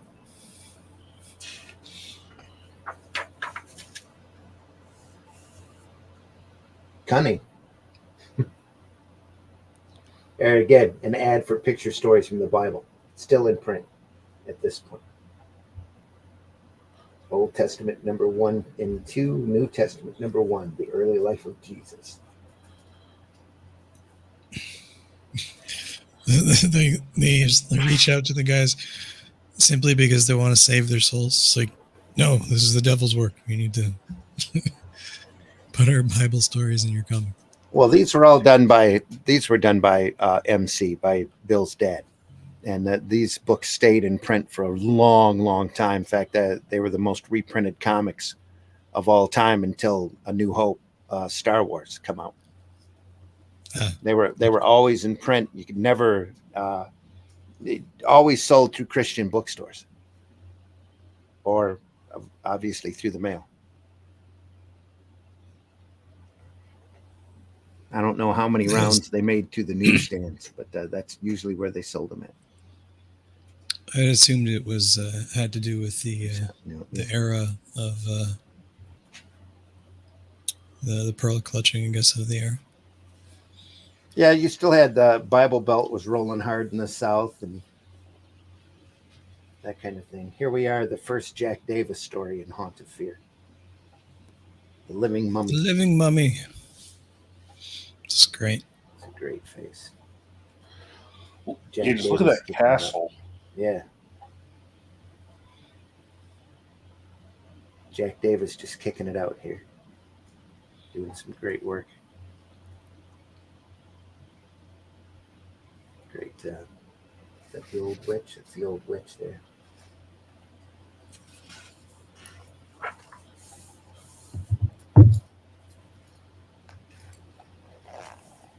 Davis, who could draw anything, really became known for his work on Mad and doing some of the most iconic movie posters of the 80s. Yeah, he's probably the one artist from EC that had the most successful career after EC. As a commercial artist, yeah.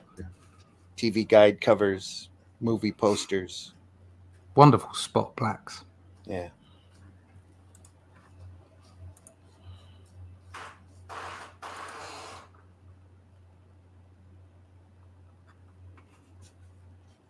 Again, always great stuff.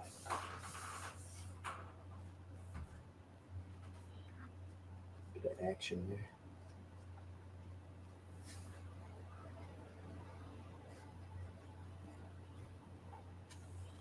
Swear don't kill him. Mommy, you did it. What was that? Nice panel. Good look at terror on that guy's face. Here too. Yeah, Davis really, really went all the way with like exaggeration and body movement and expression. Oh, yeah. Yep.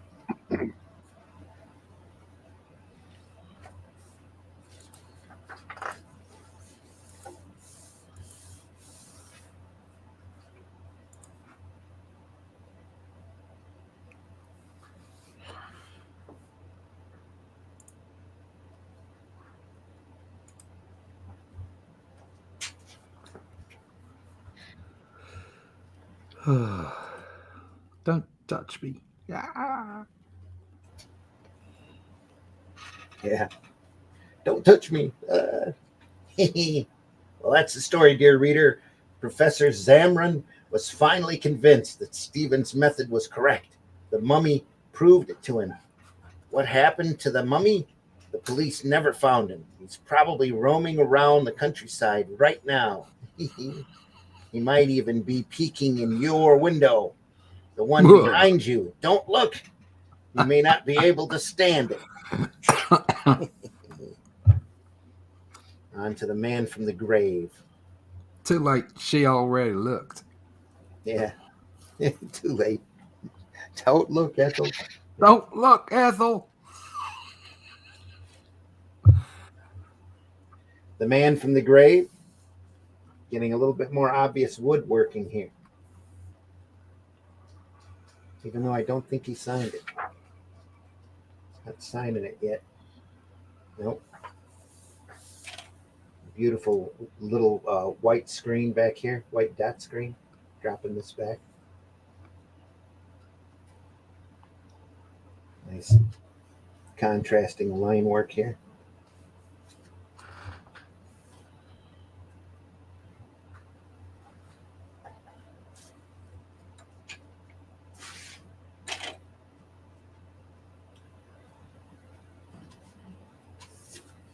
Great wood face right there.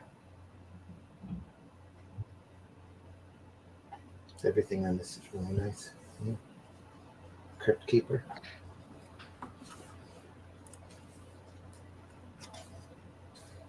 Who's the artist on this?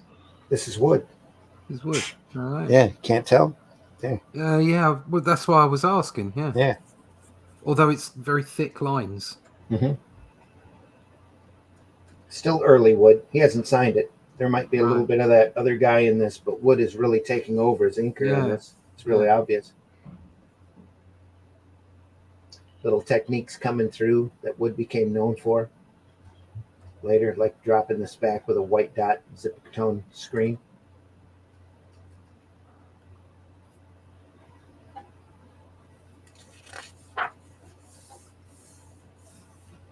Oh, look at that. Yeah, look at that zombie face.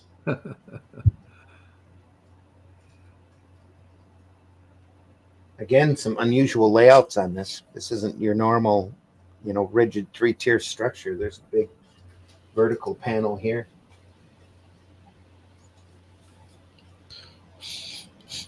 What's he saying? Which one? The zombie. John Whalen, I see you stealing my paints and brushes. Take them if you want. But remember, I am cursing them. Use them and you will always have to use them. Never resting, always working, day and night, forever and ever. Sounds like being a comic book artist then. Sounds like a comic book editor, yeah. Being a comic artist. That's a little on the nose. Rich, I'll get rich with these prices. John Whalen went to work with a will. He never rested. Always, at any hour of the night, his lights were on as he painted and painted, madly, wildly. I had to rest, but I don't want to rest. I'm in the mood to paint, and I will. And the story ends, John Whalen was in the mood to paint, wasn't he? All in good for a little time. Read on, my friends, read on. Remember the dying man's curse? Of course you do. And so will John Whalen after a while. Paints himself into zombieism. Like you do. Just can't stop. Yeah, just can't stop. Merciful heavens, no. Look at that. That's almost Gene Colan working right there. Yeah. Very much so. Look at that. That's crazy. Again, that's duo shade boards, what that looks like. They're incredibly well done. It's so easy to overdo when you're doing duo shade like that and just turn it into a gray mess. This is just wonderfully done.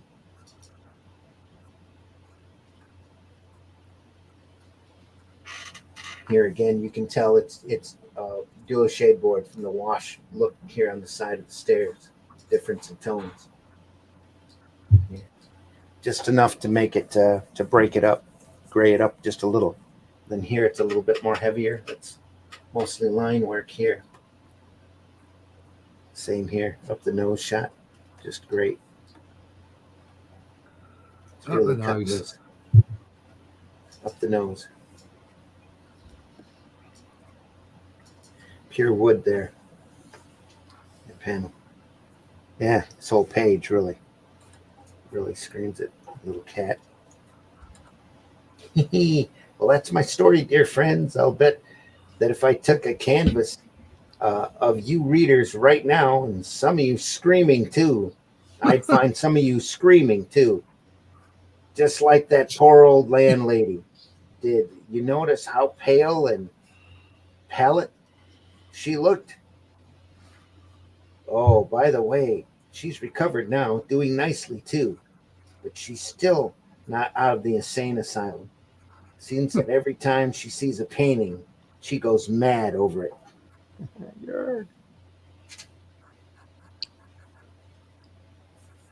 Worked himself into pure zombieism.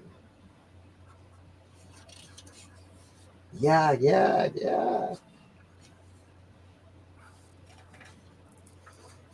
That's how that issue ends. Do you ever draw on yourself as a zombie? No. Don't tempt fate. Don't tempt fate. We have I did. about 15 minutes left. Shall we do one more issue, or shall we just end it here If you and pick want. up next week? How much more of the book is left? There's 2 issues left, I believe. All right, that's quite a bit. There's 6 in each one. There's a Yeah, I think we should probably finish there then, because it's 10-2 now. yeah. We can always Another fill great in Johnny with some Craig more cover. nut stuff next week. Well, there's like 4 more volumes of this Yeah. in Haunt of Fear, so we can keep going on Haunt of Fear at least for another week. If that works for you, it works for me. Yeah. Good start. I think Again, Glenn just can great. enjoy it as well. Oh yeah, and it's just as everybody's hitting their stride. Look at that. Wow. Look at that. It's the old witch is getting Yeah. witchier, and it only gets crazier from this point. Mitchell attests to that. Some of the stuff is just incredibly classic, and Oh yeah. that's some of the best horror comics ever made. Some would argue the best. Most would say the best. Yeah. Anyway, folks, we'll pick up more next week at the Haunt of Fear. You've been looking at the Russ Cockrum collection of the EC volumes. Comes in a beautiful boxed set of 4 or 5 volumes, if you can find them. When you can find them, good luck. Yeah, Especially Dark first Horse printing.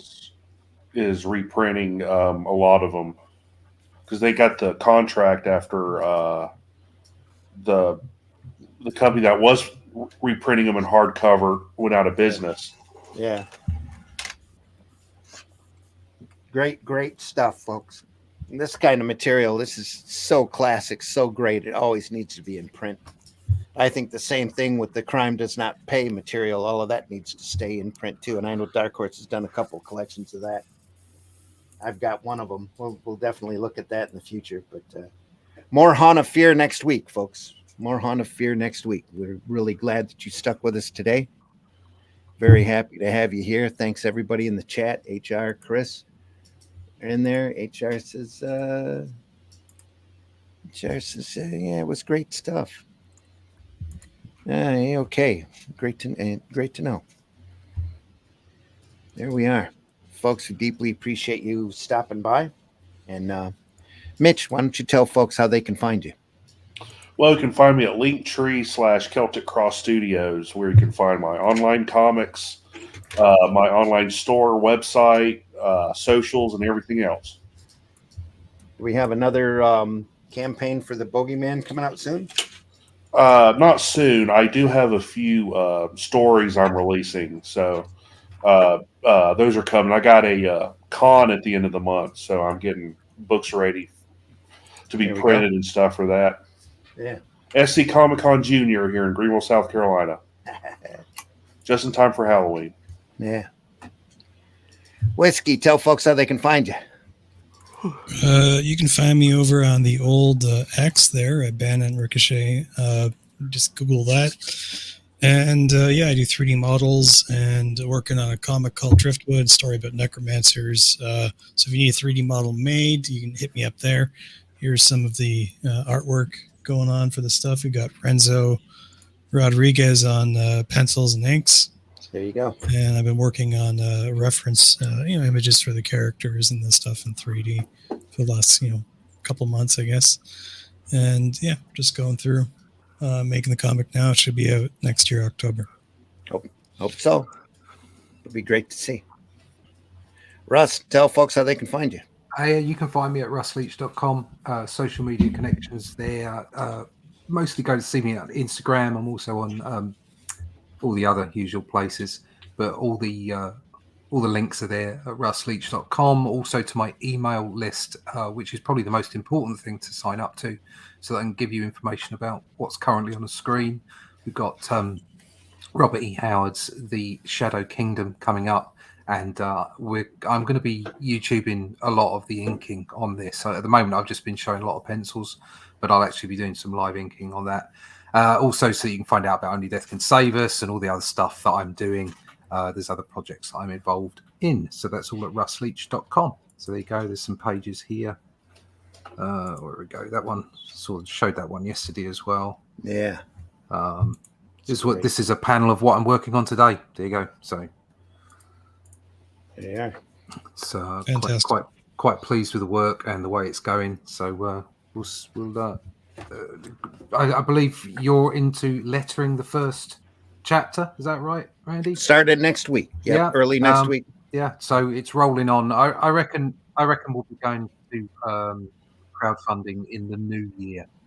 So basically, while I'm back onto Only Death Can Save Us, book 3, this will be out for crowdfunding. Yeah, jump in there probably the first quarter. I would live stream me lettering the work, but nobody wants to hear me cursing that much. So trying to avoid all of this great artwork out there and fit this narration in. We're doing a faithful adaptation of The Shadow Kingdom, folks, by Robert E. Howard, and it's a beautifully written story, and I've had the privilege to adapt, and it's got some great verbiage in it that it's just amazing. He's painting. Howard's painting a wonderful picture, great story. Maybe not quite comic book pacing, but it's phenomenal stuff. So And it's yeah. I mean, the first half is slow, but a great build. And yeah, it's a great build up. Absolutely wonderful build. There's real It's- tension in the book. In the story. Sorry, it is. it's lovely, and then it just goes bonkers in the second half. Really, It does. So, yeah, Breaks out with a lot of lizard people. So it's all lizard good. people. A lot of stuff in that. A lot of real classic Howard material. It's a fantastic story, and I can't wait for folks to read it. I hope they enjoy it as much as we're having a ball adapting it. So. Folks, you can. I've been your host, Randy Zimmerman. You can find me over at aerocomics.store if you want to take a look at some of the work I've done. We've got an anthology book over there called Revolt. There's The Fool is also available there and at fundmycomic.com for a little while longer as we fulfill that campaign. Hero Bot Zero, which is the adventures of a little cartoon 3-foot tall robot. Here, I should probably blow myself up so we can Do look it. at this. Boom. There we are. Hero Bot Zero is a little 3-foot tall giant robot with a bad attitude. He won't fight giant monsters to save his city unless he can do it on the clock and get time and a half for overtime. There's 2 issues of Hero Bot Zero currently done. Third one is I'd like to say it's underway, but I've got a couple other things to do first, like Calico Ashard, which is a great fantasy book that with artwork by C. Michael Lanning that I can't wait for folks to read, as well as Paragon with artwork by H.R. Harris, which is kind of superhero, a Superman style hero suddenly pops up in a city and folks don't know what to do with it. So it's a lot of fun. It's got a great twist ending to it. And again, I can't wait for you to read it.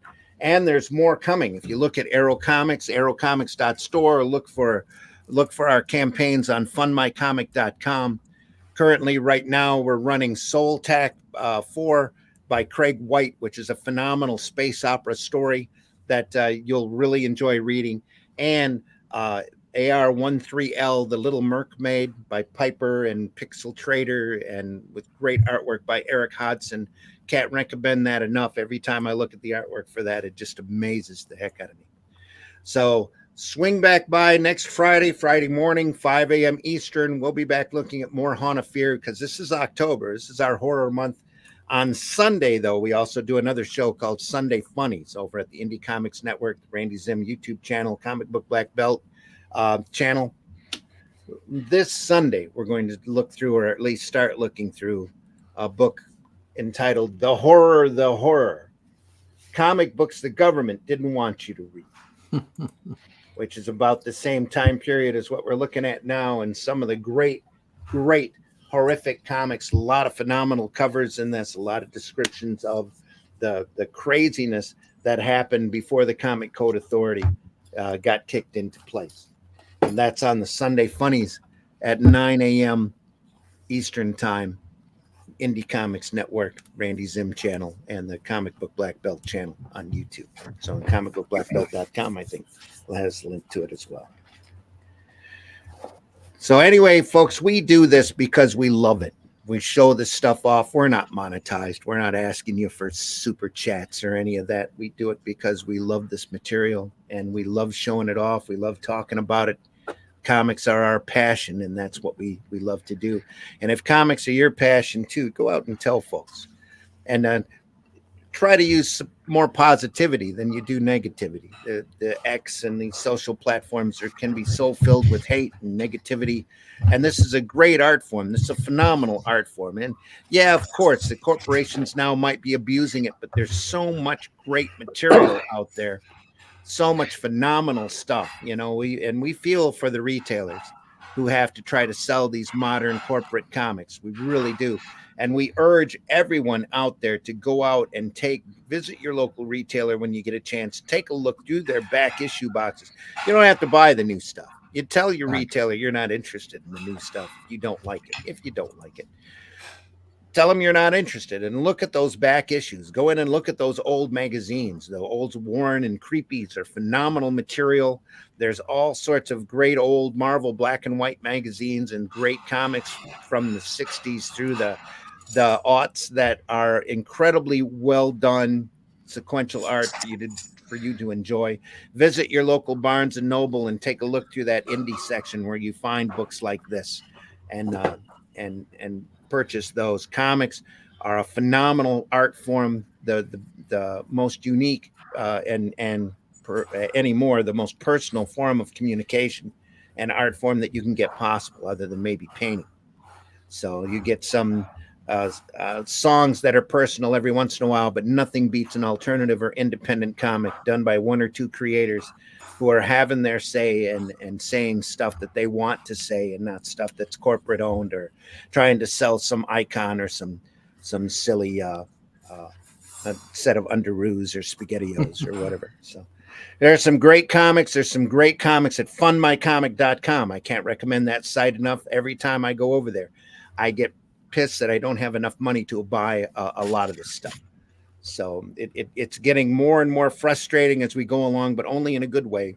You see stuff like Bronze Star and AR13L. There's some great books available over there. Kelsey's book, Gary Martin's got some phenomenal stuff over there. A book of illustrations as well that just blows my mind. And you can get The Fool that Whiskey's showing off right now over there. That's the Rodeo Clown of Justice. It's a story that I would love to have everybody read, just to hopefully enjoy it as much as I did doing it. So, folks, we'll see you next week or on Sunday. We wish you the best. Have a great weekend. Everybody, any last words? Anything that we've forgotten? Buy alternative and independent comics, especially ours. Especially ours. As Luke Stone likes to say, please leave this woodpile higher than what you found it. And the only time you should look down on the brother is when you're trying to lift him up. Yep. That's the one. This art form is supported by people like us who have the passion to go out there and enjoy it and love it and read more comics. That's what you need to do. Read more comics. Yeah.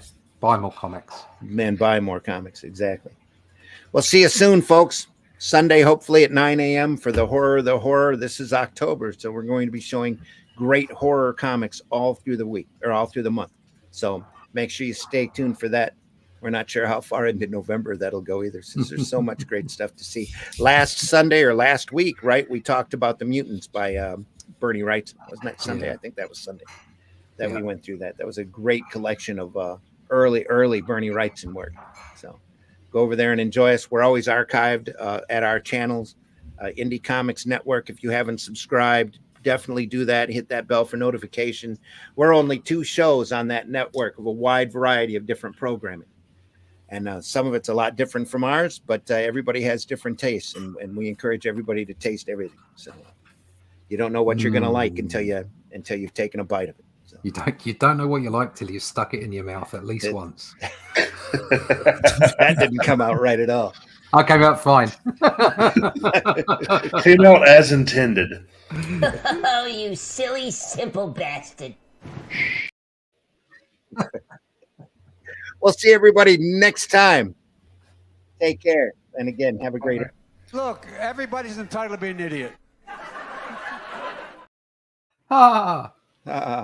That's for Danya. That's for Danya. See you as soon as we See you, get folks. there. Yeah, here we go. See ya.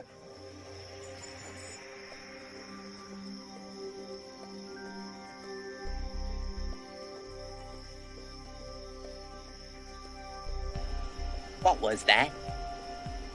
This is not a charade. We need total concentration.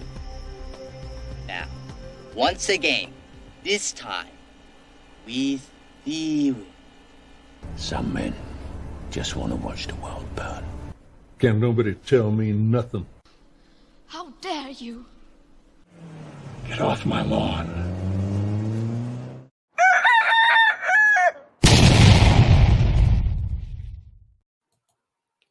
The views and opinions expressed within the video content found on the Indie Comics Network are those of the speakers and do not necessarily reflect the views or positions of the Indie Comics Network or its sponsors. And I just want to say, when my time comes, I want to be buried face down, so that anyone who doesn't like me can kiss my ass.